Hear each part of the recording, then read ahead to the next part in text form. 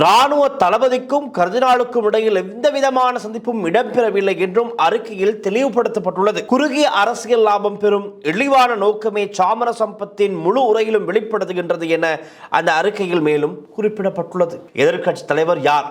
சஜித் பிரேமதாச. அவர் எதிர்க்கட்சி தலைவராக என்ன செய்தார்? அவர் ஒழுங்காக இல்லாத காரணத்தால் தான் சிங்களம் தனியாக, தமிழ் தனியாக இப்பொழுது உடைந்து அங்கும் இங்கும் சிதறிக் கொண்டிருக்கிறார்கள்.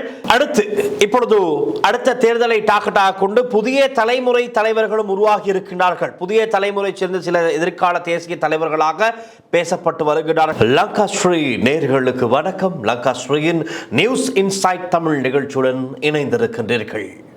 பொய் சொல்லிய சாமர சம்பத்தினுடைய வாய்க்கு பூட்டு போட வேண்டிய நேரம் வந்துவிட்டது. அதாவது கடந்த 10ஆம் தேதி நான் நினைக்கின்றேன், ஒன்றிணைந்த எதிர்க்கட்சி குருநாகல் மாவட்டத்திற்கு சென்று மக்களை விழிப்புணர்வு படுத்தும் வகையில் ஒரு கூட்டம் ஒன்றினை நடத்தி, அந்த கூட்டத்திலே சாமர சம்பத் இந்த கிறிஸ்தவர்களுக்கும் பௌத்தர்களுக்கும் இடையே ஒரு ஆன்மீக ரீதியான மத முருகலை உண்டு பண்ணும் விதத்திலான ஒரு கருத்தினை அந்த இடத்தில், அந்த மேடையிலே பேசியிருந்தார். அதில் பேசிய அந்த முன்வைத்த குற்றச்சாட்டு முற்றிலும் பொய்யான ஒரு தகவல் என கொழும்பு உயர்மறை மாவட்ட ஆயர் பேரவை என்று ஒரு கடிதம் ஒன்றினை வெளியிட்டிருக்கின்றார்கள், ஒரு ஸ்டேட்மெண்ட். அப்போ இந்த ஸ்டேட்மெண்ட்டின் அடிப்படையில் சாமர சம்பத்துக்கு எதிராக எங்கு சென்றாலும் அரசாங்கத்திற்கு எதிராக பொய்களை மாத்திரம் பேசி வருகின்ற அந்த சாமர சம்பத்துக்கு எதிராக சட்ட நடவடிக்கை எடுக்க ஆரம்பித்து விட்டதாக இன்றைய தினம் ஒரு அறிக்கையின் மூலமாக தெளிவுபடுத்தி இருக்கிறார்கள். அந்த விடயத்தை நாங்கள் பார்க்கலாம். அதே போல மெர்வின் சில்வா மற்றும் பிரசன்ன ரணவீர உட்பட 6 பேருக்கு எதிராக குற்றப்பத்திரிகை தாக்கல் செய்யப்பட்டிருக்கிறது. விமல் வீரவன்சனுடைய சகோதரன் இன்று கைது செய்யப்பட்டிருக்கிறார். அதே போல இன்று சமூக ரீதியாக பேசப்படுகின்ற இன்னும் ஒரு முக்கியமான விடயம்தான் 2029 ஜனாதிபதி தேர்தல் ஒன்று இடம்பெறும். அந்த இடம்பெறப் போகின்ற ஜனாதிபதி தேர்தலில் இந்த எதிர்க்கட்சிகள் தரப்பிலே யார் புது வேட்பாளராக களமிறக்கப்படுவார்?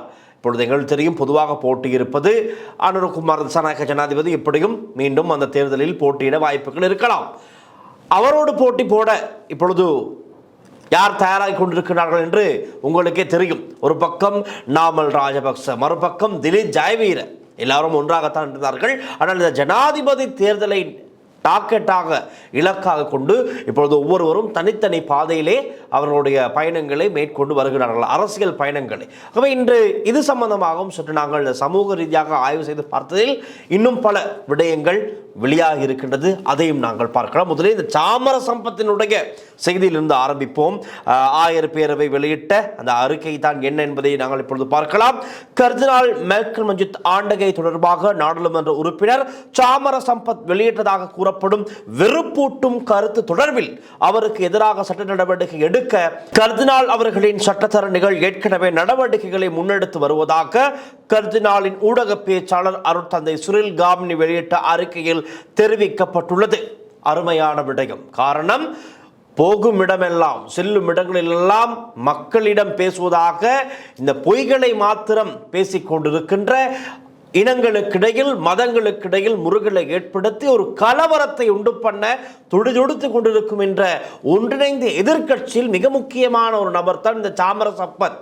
இன்று பாராளுமன்றத்தில் அவர்களுக்கு எதையும் செய்யலாம், அந்த பாராளுமன்ற சிறப்புரிமையை பயன்படுத்தி எது வேண்டாலும் பேச முடியும் என்கின்றதையும் பேசிவிட்டு போதாத குறைக்கு வெளியே வந்தும் இந்த இனங்களுக்கிடையில், மதங்களுக்கிடையில் ஒரு பிரச்சனையை தோற்றுவித்து அதன் மூலம் அரசியல் லாபம் காண துடித்து கொண்டிருக்கின்ற இந்த சாமர சம்பத்துக்கு எதிராக தற்பொழுது சட்ட நடவடிக்கை எடுக்கப்பட போகின்றது.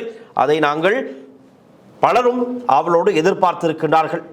அந்த அறிக்கையின்படி தற்போதைய இராணுவ தளபதி கடந்த ஜூலை 2ஆம் தேதி பழக்கூடையொன்றை எடுத்துக்கொண்டு கர்தினாலின் இல்லத்திற்கு சென்றதாகவும், அதே நாளில் அவரது பதவிக்காலம் நிறைவடையவிருந்ததாகவும், ஆனால் அந்த சந்திப்புக்கு பின்னர் அவரது பதவிக்காலம் 2028 ஜனவரி அல்லது பிப்ரவரி மாதம் வரை நீடிக்கப்பட்டதாகவும் நாடாளுமன்ற உறுப்பினர் சாமர சம்பத் அவருடைய வாய்க்கு வந்தபடி அடித்து விட்டார். பாருங்கள், அவர் இந்த விடயம் உண்மையா பொய்யா என்பது கூட தெரியாது. ஆனால் யாரோ ஒருவர் மூலமாக தகவலை சேகரித்து விட்டு இப்பொழுது இந்த விக்ரமாராச்சிலா அதே போல சிங்கள பேர்களில் இருப்பவர்கள் பௌத்த மதத்தைச் சேர்ந்தவர்கள் அந்த பேர்களை குறிப்பிட்டு அவர் சொல்லியிருந்தார் அந்த காணொலியில். அந்த பௌத்த பேர்களில் வருபவர்கள் எல்லாம் இப்பொழுது பதவி நீக்கம் செய்யப்பட்டு பெர்னாண்டோக்கள் அந்த இடங்களுக்கு பணியில் அமர்த்தப்பட போகின்றார்கள். இதுதான் ஆமதுருவன் இந்த நாட்டில் நடக்கின்றது. இப்படியே சென்றால் இந்த நாடு என்னாகும், பௌத்தர்களுக்கு அட்ரஸ் இல்லாமல் போய்விடும் என்று சாமர சம்பத் குறிப்பிட்டு இந்த மதங்களுக்கு இடையிலே ஒரு பூகம்பத்தை தீப்பிழம்பை உருவாக்க முயற்சித்தார். அதைத்தான் என்று கத்தோலிக்க ஆயர் பேரவை அது ஒரு பொய்யான குற்றச்சாட்டு, இதற்கு எதிராக நாங்கள் சட்ட நடவடிக்கை எடுப்போம் என்று ஆரம்பித்திருக்கிறார்கள். மேலும் ஜூலை 10 அல்லது அதனை அண்மித்த காலத்தில் கூட்டு எதிர்க்கட்சியின் கூட்டம் ஒன்றில் சாமர சம்பத் ஆற்றிய உரையில் இடம்பெற்ற இந்த குற்றச்சாட்டு முற்றிலும் பொய்யானது என்றும் அதனை முழுமையாக நிராகரிப்பதாகவும் இந்த அறிக்கையில் வலியுறுத்தப்பட்டுள்ளது. அத்துடன் கர்தினால் மெல்கம்ஜித் ஆண்டகை அவர்கள் போப் ஆண்டவரின் தலைமையில் நடைபெற்ற மாநாட்டில் பங்கேற்பதற்காக வத்திக்கான் நகருக்கு சென்றிருந்ததுடன் ஜூலை 3 இலங்கைக்கு திரும்பியதாகவும் அன்றிலிருந்து இன்று வரை இராணுவ தளபதிக்கும் கர்தினாலுக்கும் இடையில் எந்த விதமான சந்திப்பும் இடம்பெறவில்லை என்றும் அறிக்கையில் தெளிவுபடுத்தப்பட்டுள்ளது. இவ்வாறான கருத்துக்கள் மூலம் மத அடிப்படையிலான வெறுப்பை தூண்டி நாட்டின் மத நல்லிணக்கத்தை சீர்குலைத்து குறுகிய அரசியல் லாபம் பெறும் இழிவான நோக்கமே சாமர சம்பத்தின் முழு உரையிலும் வெளிப்படுத்துகின்றது என அந்த அறிக்கையில் மேலும் குறிப்பிடப்பட்டுள்ளது. இதைத்தான் நாங்கள் 2 நாட்களுக்கு முன்பதாக சாமர சம்பத்தினுடைய இந்த கருத்து சம்பந்தமாக நாங்கள் ஆய்வு செய்து பல விடயங்களை வெளிப்படுத்தியிருந்தோம். அதில் நான் குறிப்பிட்ட விடயமும் வைத்தான். இவர்களுடைய தேவை என்னவென்றால் இந்த அரசாங்கத்தை குழப்ப வேண்டும். நாடு ஏதோ ஒரு லைன் அப்பில் சென்று கொண்டிருக்கிறது, ஸ்மூத்தாக சென்று கொண்டிருக்கிறது. அந்த நிலையை குழப்ப வேண்டும் என்பதுதான் இந்த குழுவினருடைய முக்கிய தேவைப்பாடாக இருக்கின்றது. ஆகவே தான் இந்த GLPRIS தலைமையில் இருக்கின்ற இந்த கூட்டு எதிர்க்கட்சியினர் இப்பொழுது ஒவ்வொரு இடமாக சென்று பதற்றத்திலே அழுது புலம்பிக் கொண்டிருக்கிறார்கள். சட்டம் எப்போதாவது அவர்களுக்கு எதிராக தன் கடமையை செய்யப்போவது அவர்களுக்கு தெரியும். அதை தெரிந்து கொண்டுதான் இவர்கள் இவ்வாறு பொய்களையே பேசி மக்கள் மனங்களை குழப்பிக்கொண்டு அரசாங்கத்திற்கு எதிராக மக்களை நாங்கள் ஒன்று திரட்டுவோம் என்று இவர்கள் பதற்றத்திலே ஆடிக்கொண்டிருக்கின்றார்கள். ஆனால் நீ நாட்களுக்கு ஆட முடியாது என்பது தான் உண்மை. ரைட். அப்படி இருக்கிற நிலையில் மிக விரைவிலே சாமர சம்பத்தினுடைய இந்த பொய் பேசும் வாய்க்கும் ஒரு பூட்டு போடப்பட போகின்றது என்பது சொல்லக்கூடியதாக இருக்கும். அதே போல விமல் வீரவன்சனுடைய சகோதரனுடைய கைதையும் நாங்கள் பார்க்கலாம். முன்னாள் நாடாளுமன்ற உறுப்பினர் விமல் வீரவன்சவின் சகோதரரான சரத் வீரவன்ச போலீஸ் நிதி குற்ற புலனாய்வு பிரிவினரால் FCID-யால் கைது செய்யப்பட்டுள்ளார். அரசு பொறியியல் கூட்டு தாபனத்திற்கு சொந்தமான வாகனங்களை முறைகேடாக பயன்படுத்தியதாக மேற்கொள்ளப்பட்டு வரும் விசாரணையின் அடிப்படையில் இந்த கைது இடம்பெற்றுள்ளதாக தகவல்கள் தெரிவிக்கின்றன. இதற்கு முன்னர் கடந்த ஜூன் 10 சரத் வீரவன்ச வெளிநாடு செல்ல தடை விதித்து கொழும்பு கோட்டை நீதவான் நீதிமன்றம் பயண தடை உத்தரவை பிறப்பித்திருந்தது.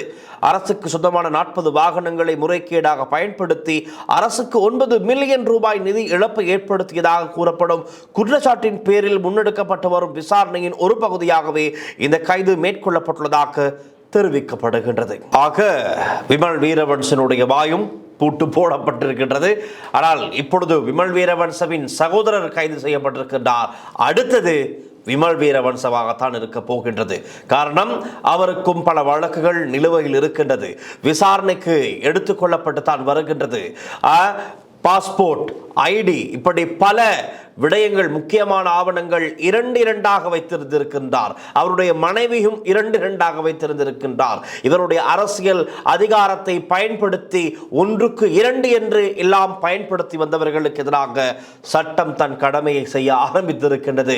இன்று அவருடைய சகோதரர் கைதாகி இருக்கிறார். மிக விரைவிலே விமல் வீரவன்சவும் கைதாகத்தான் போகிறார் என்பதை கூறிக்கொண்டு, ஆகவே இப்படியான அதிரடியான பல கைதுகள், குற்றப்பத்திரிகைகள் தாக்கல் செய்தல், பல வழக்குகள், இப்பொழுது பழைய ஃபைல்கள் எல்லாம் கிளறப்பட்டு அந்த ஃபைல்கள் கையில் எடுத்து அவற்றில் இருக்கின்ற அந்த குற்றச்சாட்டுக்கள் சம்பந்தமான விசாரணைகள் அதிரடியாக விசாரிக்கப்பட்டு வருகின்றது. ஒவ்வொருவரும் அங்கும் இங்கும் சிதறி ஓடிக்கொண்டிருக்கின்றார்கள். எதிர்கட்சிகள் பிளவுபட ஆரம்பித்திருக்கின்றது. தமிழ் வேறாக, சிங்களம் வேறாக ஒவ்வொரு இடங்களில் இப்பொழுது ஒன்று கூடி அரசாங்கத்தை வீட்டுக்கு அனுப்புவோம் என்று கூக்குரலிட்டு வருகின்றார்கள். இப்படி பல விடயங்கள் இருக்கும் போது இன்று பேசப்படுகின்ற மற்றும் ஒரு விடயம்தான் இந்த பொது வேட்பாளர். அடுத்த ஜனாதிபதி தேர்தலில் களமிறங்க போகும் அந்த பொது வேட்பாளர் யார் என்ற ஒரு ஆர்வமும் இருக்கின்றது. அதாவது இந்த அனுர அரசாங்கத்தை வீட்டுக்கு அனுப்ப வேண்டும், அனுர அரசாங்கத்தை ஆட்சியை முடிவுக்கு கொண்டு வந்து அடுத்த ஜனாதிபதியாக வந்து தான் இந்த நாட்டை செய்ய போகின்றார்கள் என்று நாங்கள் இதுவரை பார்த்து வந்த அதே பழைய முகங்கள் இன்று சொல்ல ஆரம்பித்திருக்கின்றார்கள். அவர்களுக்கு பல பிரச்சனைகள் இருக்கின்றது.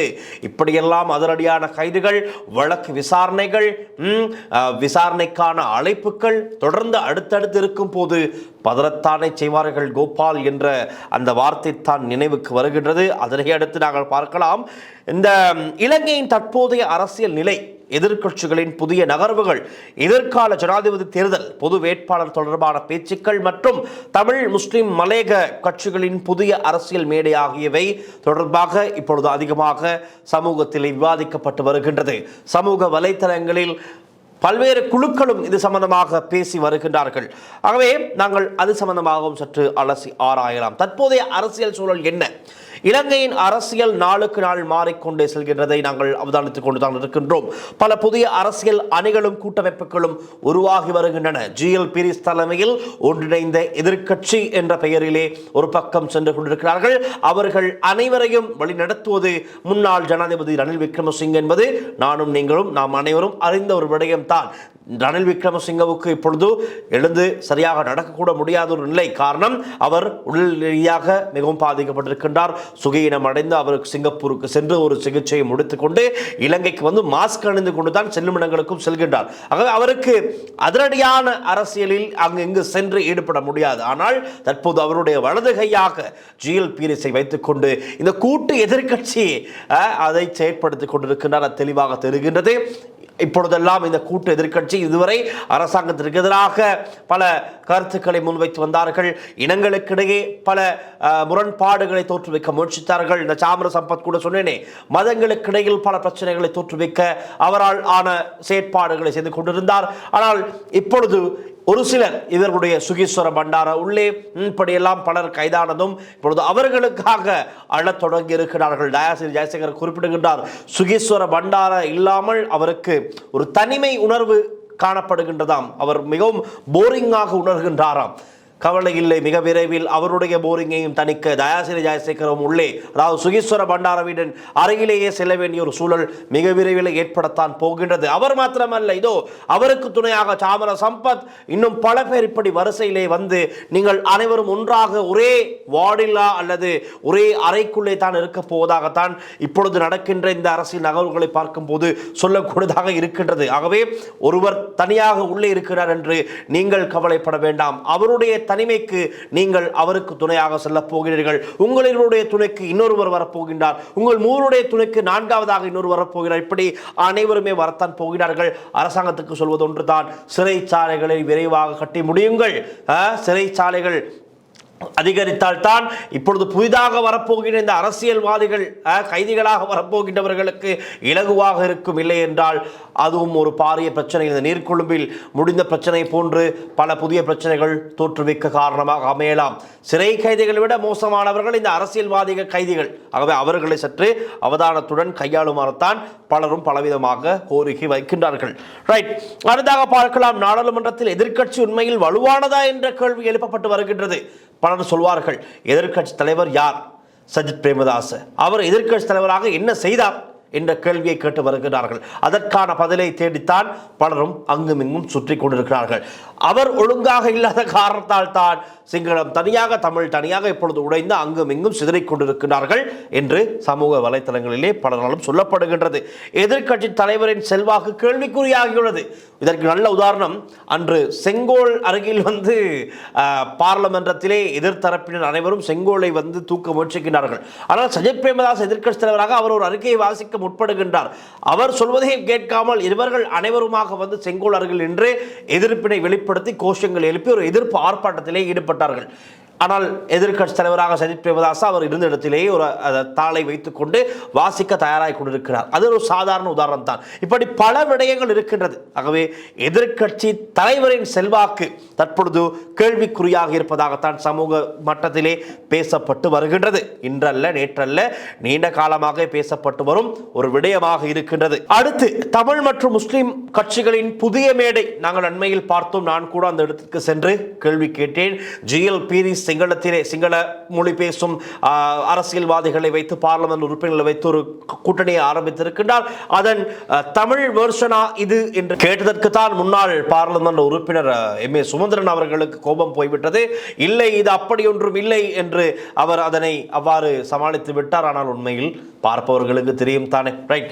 அது எப்படி? ஆனால் அவர்கள் சொல்வது என்னவென்றால், இது இனவாத ரீதியான மேடை அல்ல, இது பொதுவாக தமிழ் மக்கள் வடக்கு கிழக்கு மலையகம் கொழும்பு இருக்கின்ற தமிழ் பேசும் மக்களினுடைய பிரச்சனைகளை பேசி அவர்களின் பிரச்சனைகளுக்கு தீர்வுகளை பெற்றுக் கொடுக்கும் முகமாக அமைக்கப்பட்ட ஒரு பொதுவான மேடை என்று தான் சொல்லி இருக்கின்றார்கள். அவை பார்க்கலாம். அது சம்பந்தமாகவும் இன்று பல விடயங்கள் பேசப்பட்டு வருகின்றது. தமிழ் மொழி பேசும் கட்சிகள் மற்றும் முஸ்லிம் கட்சிகள் இணைந்து புதிய அரசியல் மேடையை உருவாக்கியுள்ளன. இதில் 6 அரசியல் கட்சிகளை சேர்ந்த 21 நாடாளுமன்ற உறுப்பினர்கள் உள்ளார்கள். இது தேர்தல் கூட்டணி அல்ல என்றும் மக்களின் உரிமைகளை வலியுறுத்தும் அரசியல் மேடை என்றும் தெரிவிக்கப்படுகின்றது. முதலாவது ஊடக சந்திப்பிலே அவர்கள் சொன்னது இதுதான். எதிர்கால அரசியல் பேச்சுவார்த்தைகளில் செல்வாக்கு செலுத்தும் நோக்குடன் இந்த அமைப்பு உருவாக்கப்பட்டுள்ளது. நாங்கள் சென்ற போது அவர்கள் முன்வைத்த 3 பிரதான காரணிகள் இருக்கின்றது. ஒன்று அரசியலமைப்பு மாற்றம், இரண்டாவது மாகாண சபை தேர்தல், மூன்றாவது காணி பிரச்சனைக்கான தீர்வு, நான்காவது சமூகங்களுக்கு இடையிலே காணப்படுகின்ற காணி பிரச்சனைக்கான தீர்வு என்று குறிப்பிட்டார்கள். இந்த பிரச்சனைகள் சம்பந்தமாகத்தான் முதலிலே பேசி இவற்றுக்கு ஒரு தீர்வை பெற்றுக் கொள்வதற்கு தகுந்த வேலைப்பாடுகளை செய்ய இருப்பதாகத்தான் அவர்கள் குறிப்பிட்டார்கள். நாங்கள் இன்னும் சற்று ஆழமாக பார்த்தால் ஏன் இந்த புதிய அரசியல் அமைப்புகள் உருவாக்கப்பட்டு கொண்டிருக்கின்றது என்பதை நாங்கள் பார்த்தால், எதிர்காலத்தில் ஆட்சி அமைக்கும் தரப்புடன் பேரம் பேசும் சக்தியை பெற என்று சொல்லப்படுகின்றது. அதே போல தங்களது மக்களின் கோரிக்கைகளை நிறைவேற்ற அரசியல் அழுத்தம் கொடுக்க என்றும் பேசிக்கொள்ளப்படுகின்றது. எதிர்கால தேர்தல்களில் தீர்மானிக்கும் சக்தியாக மாற இவர்கள் கூட்டணியாக இப்பொழுது ஒன்றிணைந்து கொண்டிருக்கின்றார்கள். அடுத்த ஜனாதிபதி தேர்தல் இவர்கள் அனைவருடைய டாக்கெட்டும் அதுதான். இப்பொழுது என்னத்தான் ஆங்காங்கே கூட்டணியாக இருந்தாலும் ஒன்று அடுத்ததாக மாகாண சபை தேர்தல் வந்தவுடன் அவருடைய கட்சி வேலைகளை பார்க்க ஆரம்பித்து விடுவார்கள். ஒன்றாக இணைந்து எப்படியுமே கேட்கப் போவதில்லை. ஆகவே மாகாண சபை தேர்தல் வந்தவுடன் இந்த கூட்டணி எல்லாம் சிதறி போய்விடும். அல்லது அதையும் தாண்டி ஜனாதிபதி தேர்தல் ஒன்று இருக்கின்றது. ஜனாதிபதி தேர்தலுக்கும் ஒரு பொது வேட்பாளரை இவர்கள் இணைத்து போட்டியிட முன்வைக்கலாம் என்ற கேள்விகளும் இருக்கின்றது. அது சம்பந்தமாகத்தான் இந்த ஆய்வு மேற்கொள்ளப்பட்டது. ஜனாதிபதி தேர்தலுடைய சம்பந்தமாக பேசணுமானால் அடுத்த ஜனாதிபதி தேர்தல் 2029 நடைபெற உள்ளது. தேர்தல் இன்னும் தூரத்தில் இருந்தாலும் அரசியல் கட்சிகள் தற்போது தயாராகி வருகின்றன. பல்வேறு தரப்புகள் தங்களது ஆதரவாளர்களை ஒன்றிணைக்கும் முயற்சியில் ஈடுபட்டுள்ளனர். அது நாங்கள் பார்த்து கொண்டு தான் இருக்கின்றோம். நாமல் ராஜபக்ச மக்கள் சந்திப்புக்கு செல்கின்றார். ஒரு பக்கம் திலீப் ஜெயவீர ஒரு பக்கம் செல்கின்றார். இப்பொழுது ஒன்றிணைந்த எதிர்க்கட்சியாக இவர்கள் ஒரு பக்கம் செல்கின்றார்கள். இன்னும் இந்த தமிழ் எதிர்க்கட்சி கூட்டணி இன்னும் எங்கும் செல்லவில்லை. அதை நாங்கள் பார்க்கவும் இல்லை. இப்பொழுது தான் அவர்களுடைய வேலைகளை ஆரம்பித்திருக்கிறார்கள். விரைவில் பார்க்கலாம் அவர்களுடைய அந்த பயணம் எப்படி அமையப் போகிறது என்று. இப்பொழுது பொது வேட்பாளராக அல்லது 2029 ஜனாதிபதி தேர்தலுக்கு இவர்கள் தான் களமிறங்க போகிறார்கள் என்ற ஒரு ஊகம் இருக்கின்ற தானே இவர்களுடைய பெயர்கள் எல்லாம் அடிப்படுகிறது. யாருடைய பெயர் என்று பார்க்கலாம். பொது வேட்பாளராக பெயர்கள் பேசப்படும் யார் என்று அவர்களை பார்த்தோமானால் ரணில் விக்ரமசிங்கவுடைய பெயர் மீண்டும் அடிப்படுகின்றது. சஜித் பிரேமதாசனுடைய பெயரும் அடிப்படுகின்றது. நாமல் ராஜபக்ஷ அடிப்படுகின்றது. சம்பிக்க ரணவக்க, தயாசிரி ஜெயசேகர, விஜயதாச ராஜபக்ச அவருடைய மகனும் அந்த நண்பரும் இருவருமே இப்பொழுது உள்ளே இருக்கிறார்கள். காரணம், அரக்கட்டாவிடம் பல கோடிகள் 12 கோடி பெற்று இப்பொழுது உள்ளே சென்றிருக்கிறார்கள். அந்த கோடிக்கணக்கான பணத்தில் தான் சஜித் பிரேமதாச அந்த பேருந்துகள், பாடசாலைகளுக்கான பேருந்துகளும் அல்லது அந்த ஸ்மார்ட் வகுப்பறைகளும் கட்டி கொடுத்தாரா என்ற கேள்விகள் இப்பொழுது சமூக மட்டத்திலே எழுந்திருக்கின்றது. காரணம், சஜித் பிரேமதாஸ் அவர்களுக்கு எங்கிருந்து இந்த பணம் கிடைத்தது? ஒன்று, சரித் அபேசிங்கை அரக்கட்டாவிடம் இவ்வாறான பாதாள உலக நடவடிக்கைகள் மூலம் ஈட்டிய பணத்தை பெற்று கட்சி தலைவரான சஜித் பிரேமதாஸ் கொடுத்தாரா என்ற ரீதியிலும் பல விடயங்கள் பேசப்பட்டு வருகின்றது.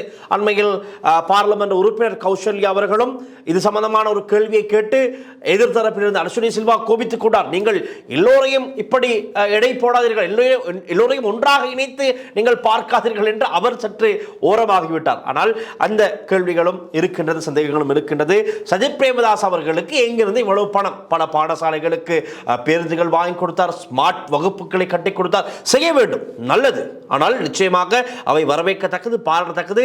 அப்படியான பல விடயங்கள் இல்லாமல் இருந்த பாடசாலைகளுக்கு சஜித் பிரேமதாஸ் அவர்கள் உதவினார். அது அப்போது பெரிதாக பேசப்பட்டது. இருப்பினும் மக்கள் அவருக்கு வாக்கு கொடுக்கவில்லை, வாக்கு அளிக்கவில்லை. வாக்கு அளிக்காமல் அவர் அந்த தேர்தலிலே தோல்வி அடைகின்றார். அருண்குமார் திசாநாயக்க ஜனாதிபதியாகின்றார். அது ஏதோ அந்த நேரத்தில் இருந்த மாற்றம். ஆனால் இப்பொழுது இருக்கின்ற கேள்விகள் நான் சொன்ன அந்த விடயங்கள் தான். விஜயதாஸ் ராஜபக்ச, அதே போல திலீப் ஜெயவீர யாருக்காக ஆரம்பத்தில் கடைக்கு சென்றால் ராஜபக்சக்களுக்காக என்பது அனைவரும் அறிந்த ஒரு விடயம். இப்பொழுது ராஜபக்சக்களை எதிர்த்துக் கொண்டு இவர் தனியாக ஒரு பாதையிலே அவருடைய அரசியல் பயணத்தை தொடர்ந்து வருகின்றார். இப்பொழுது ரணில் விக்ரமசிங்கவுடைய பெயர் இங்கு அடிப்பட்டாலும் கூட அவர் சம்பந்தமான சில கருத்துக்களும் இருக்கின்றது. ரணில் மீண்டும் ஜனாதிபதி வேட்பாளராக வரமாட்டார் என்ற கருத்தும் முன்வைக்கப்படுகிறது. காரணம், கடந்த ஜனாதிபதி தேர்தலில் மக்களின் நேரடி ஆதரவை பெற முடியவில்லை என நாங்கள் அனைவருமே அறிந்த விடயம். அவர் நேரடியாக போட்டியிடாமல் பின்னணியில் அரசியல் நடவடிக்கைகளை ஒருங்கிணைக்கலாம் என்ற கருத்தும் சொல்லப்பட்டு வருகின்றது. சில எதிர்க்கட்சி நகர்வுகளுக்கு பின்னால் ரணில் இருப்பதாக அரசியல் வட்டாரங்களில் பேசப்படுவதாக சொல்லப்படுகிறது. ஆகவே அவர் நேரடியாக தேர்தலில் களமிறங்க மாட்டார். இந்த அப்படி ஒரு குழுவை வைத்துக் கொண்டு இவருடைய அரசியலை செய்ய அதிகமான வாய்ப்புகள் இருக்கின்றது. ஆகவே ஜாயிண்ட் ஆப்போசிஷன், ஒருங்கிணைந்த எதிர்க்கட்சி சம்பந்தமாகவும் பேசப்படுகின்றது. இந்த குழு தனியாக ஜனாதிபதி வேட்பாளரை நிறுத்தாது என உட்கட்டமைப்பு விவாதங்கள் இடம்பெற்றதாக சொல்லப்படுகின்றது. எந்த வேட்பாளருக்கும் பின்னர் ஆதரவு வழங்கும் நிலைப்பாடு எடுக்கப்படலாம். அது இறுதி நேரத்திலே ஜனாதிபதி தேர்தல் நெருங்கும் போது இவர்கள் அறிவிப்பார்கள், நாங்கள் இவருக்குத்தான் ஆதரவு என்று. அந்த ஒட்டுமொத்த கூட்டமும் ஒரு பக்கம் போய்விடும். அநேகமாக அது நாமல் ராஜபக்ஷ பக்கம் தான் செல்ல வாய்ப்பு இருக்கின்றது. அப்படினால் திலீப் ஜெயவீர பக்கம், அந்த இரண்டு பக்கங்களில் ஒன்று தான் அவர்கள் எடுத்துக்கொள்ள போகிறார்கள். காரணம், பௌத்தவாதம், அவருடைய லைனப் அந்த மதவாதம், இனவாதம், ரைட், அதைத்தான் அவர்கள் கையில் எடுப்பார்கள். ஆகவே அந்த இரண்டு பக்கமும் அது அதிகமாக இருப்பதால் ஏதோ ஒரு பக்கம் இவர்கள் செல்ல வாய்ப்பு இருக்கின்றது. ஒவ்வொரு வேட்பாளரும் தங்களது மக்கள் ஆதரவை தாங்களை நிரூபிக்க வேண்டும் என்ற கருத்து முன்வைக்கப்படுகின்றது. அவர்களுக்கு ஒரு டாஸ்க் கொடுக்கப்பட்டிருக்கிறது.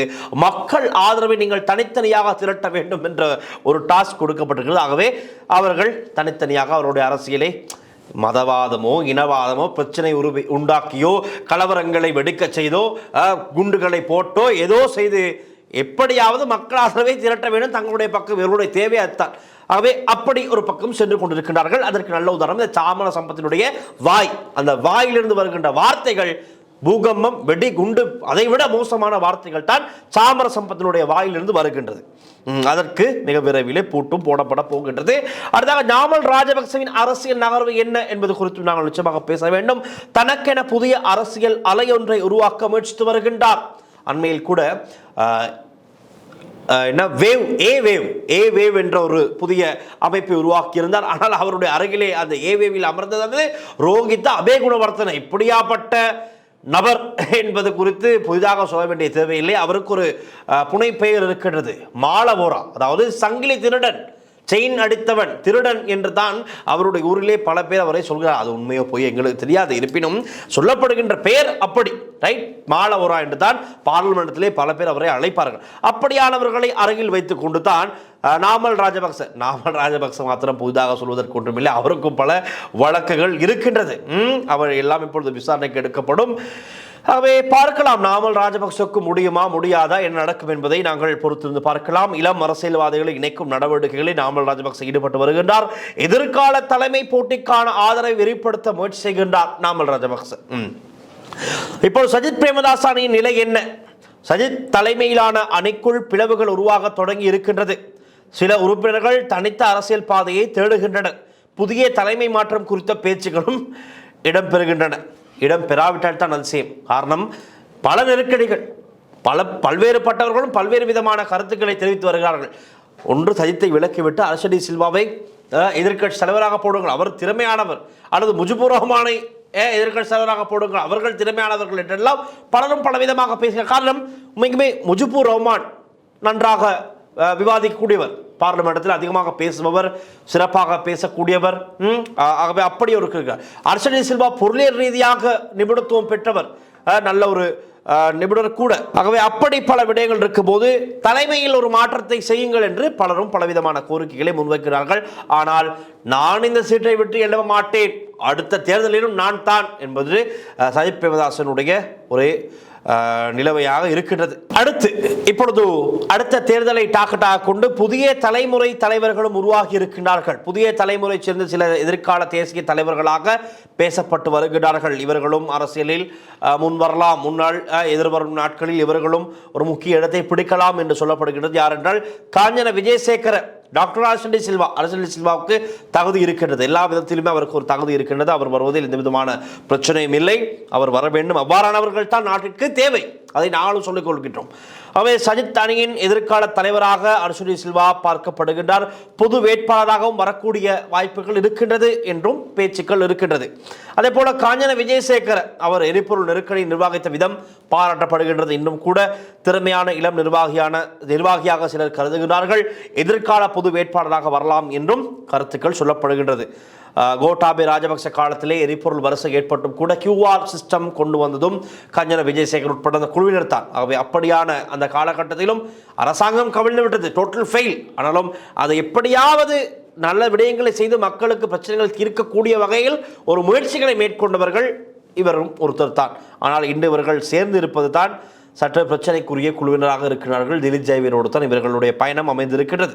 ஆகவே இப்படி இருக்கிற நிலையில் தான் தமிழ் பேசும் கட்சிகளும் ஒரு குழுவாக இணைந்து இப்பொழுது ஒரு தனி அரசியல் பயணத்தை ஆரம்பித்திருக்கிறார்கள். அவர்களுடைய கோரிக்கைகள் நான் ஆரம்பத்திலே கூறிவிட்டேன். மிக முக்கியமான 3-4 கோரிக்கைகளை வைத்தான் அவர்களுடைய இந்த பொது மேடையை ஆரம்பித்திருக்கின்றார்கள். மாகாண சபை தேர்தலுடன் நடத்த வேண்டும், நில உரிமை பிரச்சனைகளுக்கு நிரந்தர தீர்வு வழங்க வேண்டும், புதிய அரசியலமைப்பை உருவாக்க வேண்டும், தமிழ் முஸ்லிம் மற்றும் மலையக மக்களின் அரசியல் உரிமைகளை உறுதிப்படுத்த வேண்டும், அதிகார பகிர்வை நடைமுறைப்படுத்த வேண்டும் என்ற கோரிக்கைகளை தான் இவர்கள் பிரதானமாக முன்வைத்திருக்கிறார்கள். அரசாங்கத்துடன் பேச்சுவார்த்தை எப்படி இடம்பெறும் என்பது குறித்து கேட்டால் இந்த குழு அரசாங்கத்துடன் நேரடி பேச்சுவார்த்தை நடத்த தயாராக இருப்பதாக கூறப்படுகின்றது. மக்களின் கோரிக்கைகளை நிறைவேற்ற அரசியல் அழுத்தம் கொடுக்க முடியும் என நம்பப்படுகின்றது. எதிர்கட்சியாக மட்டுமல்லாமல் மக்களின் பிரச்சனைகளுக்கு தீர்வு காணும் அரசியல் சக்தியாக செயல்பட விரும்புகின்றது. ஆகவே பல வழிகளில் ஏதோ தமிழ் பேசும் மக்களுடைய பிரச்சனைகள் வடக்கு, கிழக்கு, மலையகம், கொழும்பு இப்படி 4 பக்கமும் இருக்கின்ற மக்களுடைய பிரச்சனைகளை தீர்ப்பதற்கு தான் இவர்கள் முன்வந்திருப்பதாக சொல்லப்படுகின்றது. இப்படி ஒவ்வொரு பகுதியும் ஒவ்வொரு விதமாக இருக்கின்றது. அரசியல் பயணங்கள், பாதைகள் வெவ்வேறு விதமாக இருக்கின்ற நிலையில் எதிர்கால கணிப்புகள் தான் என்ன என்பது குறித்து பார்த்தால் இலங்கையில் பல புதிய அரசியல் கூட்டணிகள் இன்னும் பல உருவாகும் நிலை காணப்படுகின்றது. ஒவ்வொரு தலைவரும் தங்களது ஆதரவு தளத்தை வலுப்படுத்த முயற்சித்து வருகின்றார்கள். அதற்கு ஒவ்வொரு விதமான செயற்பாடுகளில் ஈடுபட்டு வருகின்றார்கள். அடுத்த ஜனாதிபதி தேர்தலில் யார் வெற்றி பெறுவார்கள் என்பதை தீர்மானிப்பதில் தமிழ், முஸ்லிம் மற்றும் மலைய கட்சிகளின் ஆதரவு முக்கிய பங்காற்றும் என கூறப்படுகின்றது. 21 உறுப்பினர்களை கொண்ட இந்த புதிய அரசியல் மேடை எதிர்காலத்தில் கிங் மேக்கர், ஆட்சியை தீர்மானிக்கும் அரசியல் சக்தி ஆக உருவாகும் வாய்ப்பு அதிகம் என இந்த அரசியல் பகுப்பாய்வுகள் இப்பொழுது சமூக ரீதியாக நாங்கள் பார்க்கின்ற மேற்கொள்கின்ற ஆய்வுகள் சுட்டி காட்டுகின்றது. இதுதான் மிக முக்கியமான விடயமாக இருக்கின்றது. ஆகவே உங்களுடைய கருத்துக்கள் என்ன? ஜனாதிபதி தேர்தலில் யார் அதிக கவனத்தை செலுத்தப் போகின்றார்கள்? அதே போல இப்பொழுது இடம்பெறுகின்ற இந்த கைதுகள், குற்றப்பத்திரிகை தாக்கல் செய்யும் விடயங்கள் அதிரடியாக ஒரு பக்கம் இடம்பெற்றுக் கொண்டிருக்கின்றது. எல்லாமே அதிரடியாகத்தான் இருக்கின்றது. உங்களுடைய தனிப்பட்ட கருத்துக்களை கீழே எழுதுங்கள். அவற்றோடு நாங்கள் மீண்டும் நாளைய நிகழ்ச்சியிலும் இன்னும் பல புதிய விடயங்களோடு சந்திக்கலாம். தொடர்ந்தும் லங்கா ஸ்ரீயுடன் இணைந்திருங்கள். ஒளிப்பதிவாளர் லிசிகருடன் நான் டில்ஷன். நன்றி, வணக்கம்.